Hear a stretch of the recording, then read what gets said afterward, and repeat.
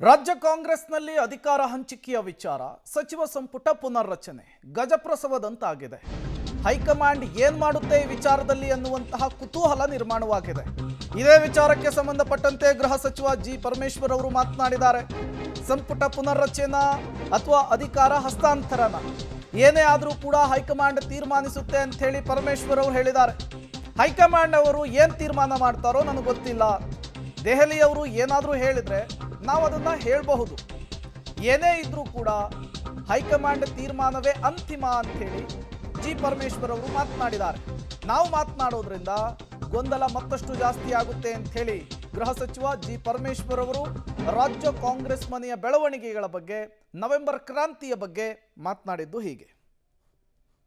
ಯಾರೂ ಕೂಡ ಹೈಕಮಾಂಡ್ನಿಂದ ಇಲ್ಲಿಯವರೆಗೆ ಇಂಡಿಕೇಟ್ ಮಾಡೋದು ಅಂತಾರಲ್ಲ, ಅದು ಕೂಡ ಇಲ್ಲ.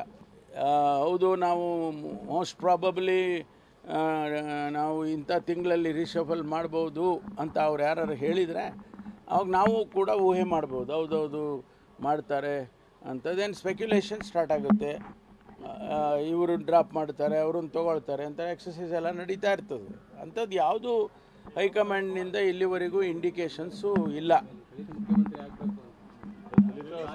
ನೋಡಿ, ಮುನಿಯಪ್ಪನವರು 7 ಬಾರಿ MP ಆದವರು. ಅವರು ಅದು MP 7 ಬಾರಿ ಆಗೋದು ಅಂದರೆ ಏನು ಸಾಮಾನ್ಯ ಅಲ್ಲ. ಅವರು ಹಿರಿಯರಿದ್ದಾರೆ. ಮತ್ತು ಅವರು ಕೇಂದ್ರದಲ್ಲಿ ಸಚಿವರಾಗಿದ್ದವರು. ಕೇಂದ್ರದಲ್ಲಿ ಸಚಿವರಾಗಿ